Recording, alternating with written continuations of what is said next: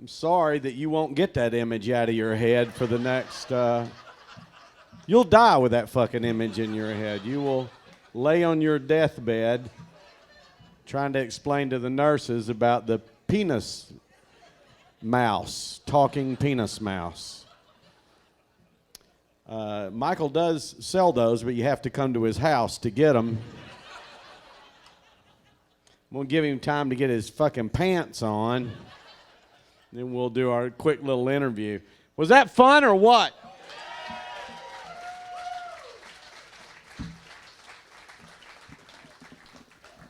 While he's getting ready. We have some great stuff coming up. Of course, Michael will be here through Sunday night. And also tomorrow morning at 8 o'clock, tune in to 107.9 Jones and Company, the #1 radio show by far in this area for over 2 decades at least. And we will be on with him in the morning for a while, so tune in. We'll have some fun with that. And then we have this Sunday night, we not only have Michael's show a little bit earlier. I think it's going to start at 5:30, which is perfect for Sarasota. Michael with his newfound friend. And there's also a burlesque show, Black Diamond Burlesque. We're so lucky to have a top-level burlesque troupe here in this town. Usually only big cities have that. They're awesome actors and actresses that do the old-style burlesque with the big costume, striptease, and all that kind of stuff with the variety acts. They're absolutely fantastic. And I don't mean this to sound bad in any way. These are not a bunch of retired women that ain't got shit else to do. These are hard-bodied, athletic, fit, bounce a quarter off their ass, call them back Tuesday. Sometimes they throw a guy in there, and if you haven't seen it, I mean, they are really top-notch, and it's a lot of fun, and it's very, very sexy, very, very sexy. And some of the girls, when they strip down, they're in a tee-back and the little pasties with the little tassels, and some of the girls can spin them to the right. And some of the girls are more apt to spin to the left. And then there's a couple of them that can do that. I don't even know what kind of fucking genetics goes into that shit. That happens. But no, it's really, really awesome. So come on out and check it out. It's their anniversary show. Where's Michael? Are you coming back? Is he here? Did he leave? Is he gone? Oh, he's back there. Oh, okay. Michael Mack, ladies and gentlemen.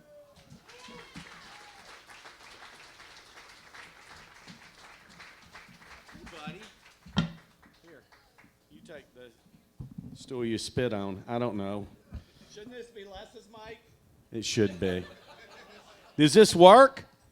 He said hit the mute button. Okay. I did. Oh, wait a minute. Maybe we'll hit the on button. Oh, hey. Oh. That was fun. Okay. Do I leave it down here? You can do your ventriloquist act? With my mouse? Yes. Who thought it was a cat? Raise their hand. Oh. You thought a what? pig. They see different things. A pig, a mouse, a cat, different animals. Isn't that wow, crazy? It's incredible. It just goes to show how bad the eyesight is in Sarasota. Maybe that's the eye test we should have. Michael Mack's crotch puppet. It's actually a clown. Is it really? It really is. But everybody sees animals. And we won't get no things, but was that something that someone else created and you found it and bought it, or did you make it? I built it. You built that. So we're getting that in a second. Please tell everybody just briefly how you grew up, your basic family dynamic, where you grew up, that sort of thing. I was a baby. I knew that. There's more. I know. I was born in Ohio, then moved to Florida when I was 2. Parents brought me down from the snow. I have 1 sister, 2 parents, and then I went to high school. I wanted to be a comedian or an entertainer since I was a little kid, and then became a teenager and thought that was just a fantasy, that people just never really did that stuff. Right. So I went to college and got a bachelor's degree in fine arts, and then I was a waiter with a degree. So when you got your fine arts degree, was there something that you had that you specialized? I mean, was it sculpture? Was it painting? It became lithography. What the fuck is that? It's does anyone know? Lithography. It's Who knows? It's stone. It's a huge piece of stone from Germany. They would import them. You burn the image into it, and then a giant printing press. You roll it with different colors of ink and different rollers, and then that's how you print. It's lithography. So I was a waiter. Who could do this a lot with a rolling pin and. What did you? Well, go ahead. So I decided to get a second degree. Fine arts didn't work, so I was going to be a teacher, but then I couldn't get in the master's program easy enough. I got frustrated. Whenever I hit brick walls, I'd turn corners. So they couldn't be a teacher, so I said, I'm going to go back and get a 2-year degree in graphic design and be a graphic artist. So I did that Art Institute of Fort Lauderdale. No. And then I was a waiter with 2 degrees. So then frustration set in, big time. 2 degrees, still a waiter, now in debt, deep debt from college. Right. And life was hitting me right in the face, and I said, just frustration said, I'm going to do what I always wanted to do since I was a little kid, which is be a comedian. Because, I don't know, I had nothing else to lose kind of thing. And so I did. I sat in my room and wrote, I'm going to write 5 minutes, that they told me at the Comedy Club, 5 minutes. First line was, I wish I was dead. And I said, that's not funny. Try again, bitch. Seriously, bad time, but I forced myself to write 5 minutes and went to the club and did horribly, by the way. But then the next time I did better. I said, oh, I can fix this and build it. And then I became obsessed with people reacting. And Right. What club was that? this was, first time I went up was now Side Splitters, used to be Crackers. Yes, Second in time I Tampa. went up was Comedy Corner, which became In Comedy Tampa, Works. down on Kennedy and Boulevard. then went out of business. Yeah. Now, And then started playing guitar. Backing up just a little bit, what did your mom and dad work, or just your dad? My dad passed away when I was 13. Oh, and But my mom worked continuously. Yeah. and what did she do? She was a bookkeeper accountant, and then at the age of 50, she got her CPA license and became a CPA. Wow, single mom. And so then you didn't pick up the guitar until I'd played since I was 15, but I didn't do it in the act. I did straight stand-up. And then I had a waitress friend of mine came to see the show, and she'd see me play around, and I had some funny songs screwing around at parties. She said, why don't you bring your guitar? I went, okay. And that became my thing, just the guitar.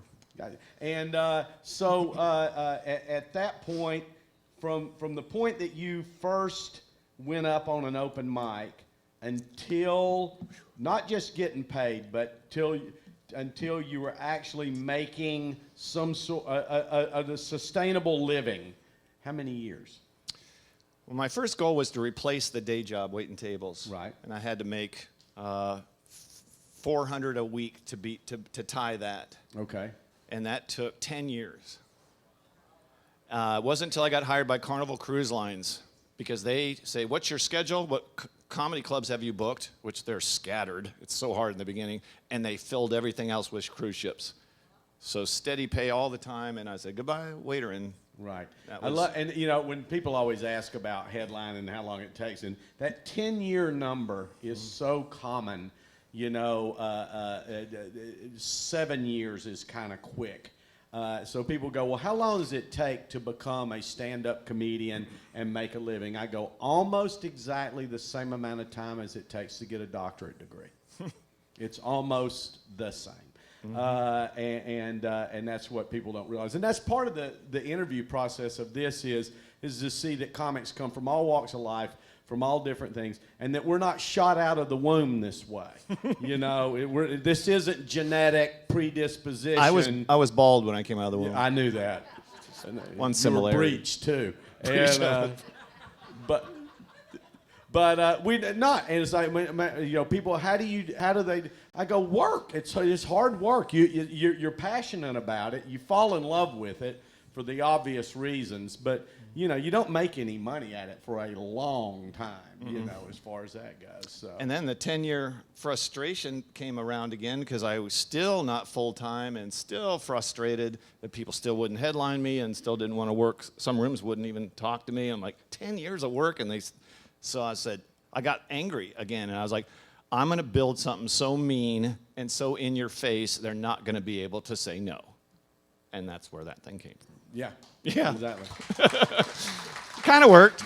Les hired me. It did. Well, I think I hired you before you had this, right? Yes, he did. Yes. Oh, and then I was a warm-up guy doing the 30-minute before the headliner, and I had Howard Stern and the Bohemian Rhapsody, just those two, and no headliner. They were like, please don't book me with that guy again, because they'd have to come out after and tell jokes, and it's just I feel bad now. I didn't know what I was doing. And you know the catch-22 on this is that it's one without a doubt in all of comedy that is one of the most creative closing 15 minutes you'll see anywhere, ever. Thank you. You know, Appreciate it. The problem with it for Michael is that they won't let you do it on television because you would have to pay for the rights to every single song that he has up there, which means that whatever television show would put him on would have to pay tens of thousands of dollars to air that. And it's not just the money. Turns out they had to negotiate, because I've been in talks with producers, America's Got Talent and other people, anyway. But they also have to negotiate with each holder of each song, and they have specific rules what you can and cannot do with their song. Because like Freddie Mercury's, say, Family, they don't want anybody making Freddie look stupid, which I fucking put buck teeth in my... And then making fun of Whitney Houston. She wouldn't let...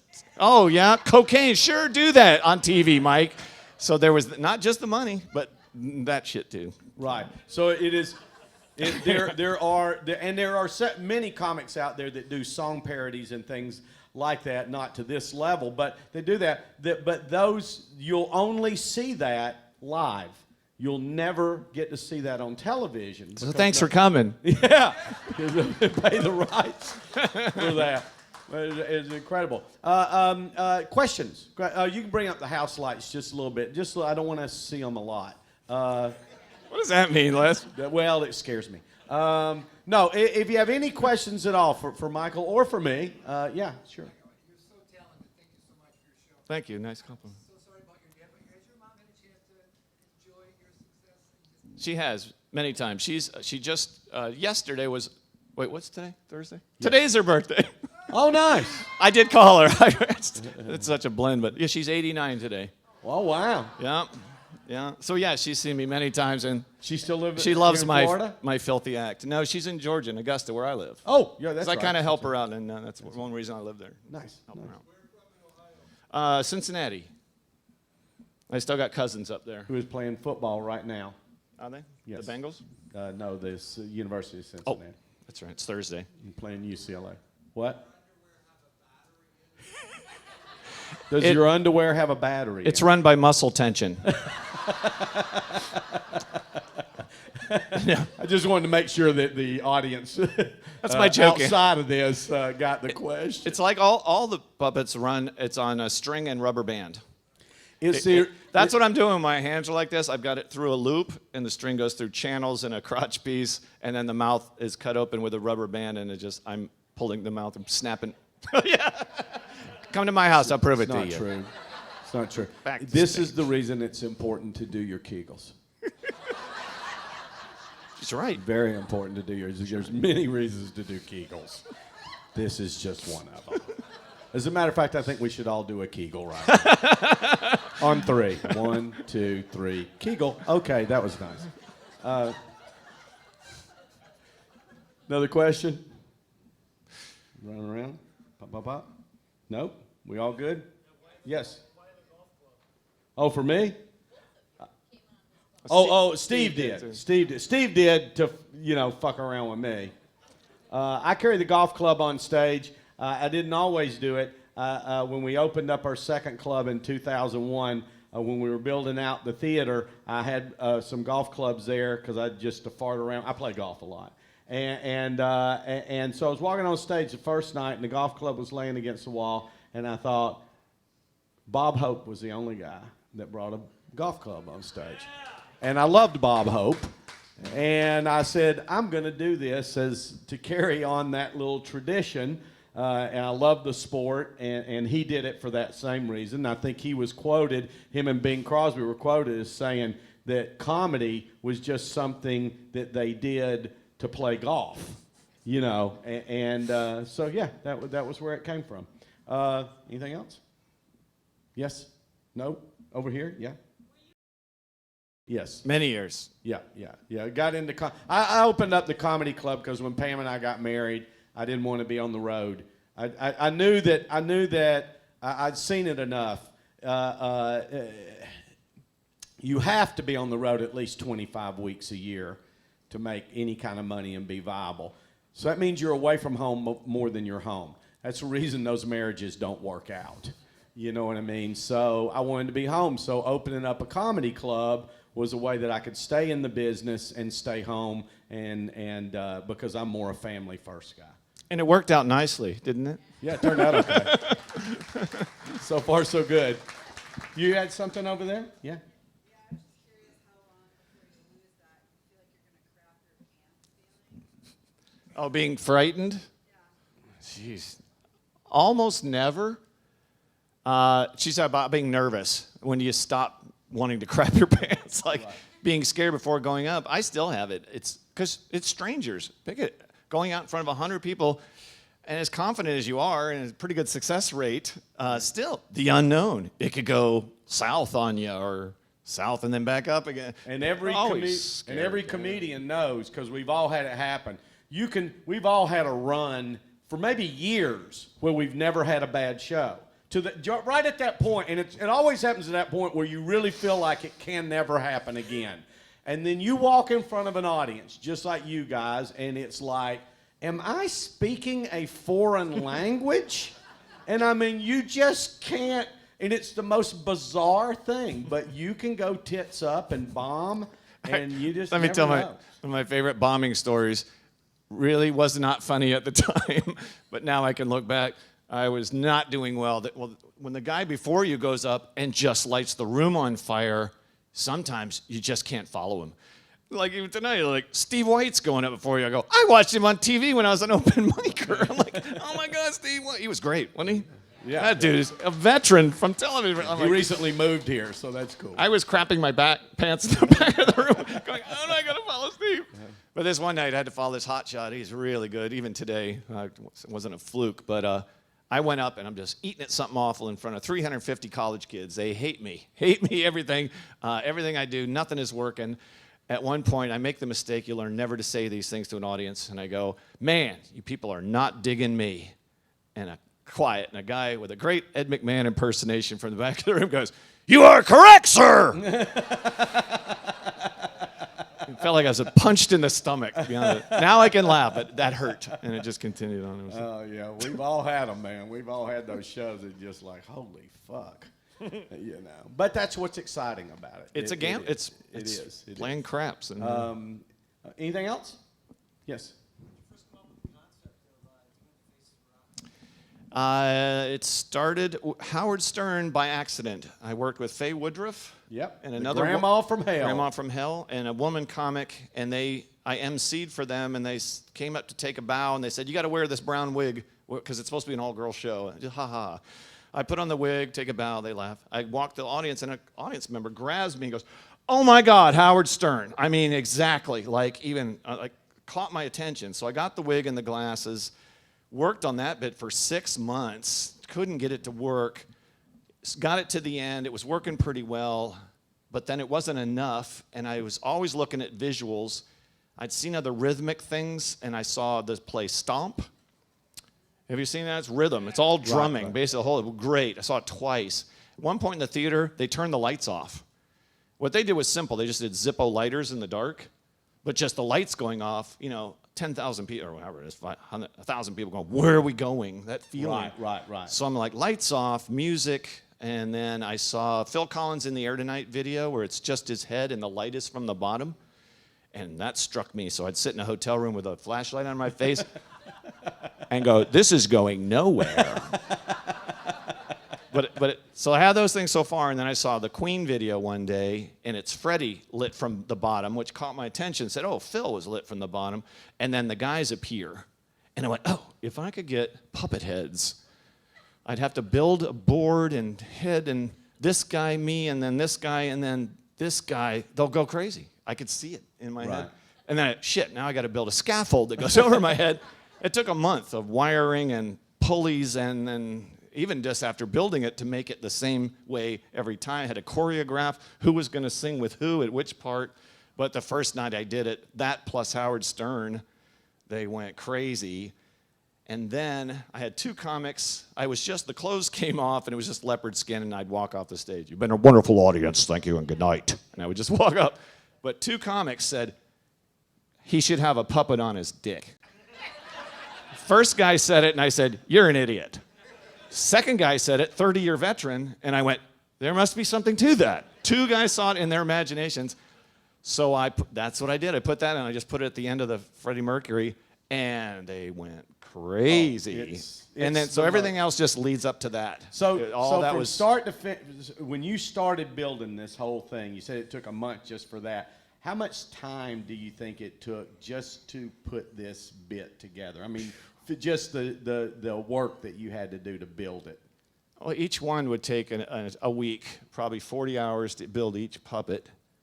Like Whitney, carve her out of clay. Once she was carved, then it'd be paper mache on top, and then peel off the paper mache, and then attach that to a board with a handle, with a switch, with a pulley, with an axle for the mouth, and LED lights top and bottom. And then to time it all and find it in the dark, especially when you're drinking. I got glow-in-the-dark stars. That marks everything. People say, how do you find that shit? Somebody said, I listen very well to ideas. I said, man, I can't find my stuff. I keep adding. I can't find anything. They're like, glow in the dark. I went, oh, so now there's stars marking every single one, and some have multiple stars where I can spin around in the dark and see there's Tom Petty, and there's Freddie Mercury, and then count backwards and forwards from there. So at this point, don't you all feel like you should have paid more to see this show? You really should have paid more. Thank you very much. Glad you could come out. Well, thank you so much for coming out. Thank you, Michael. Thanks, Les. Appreciate it.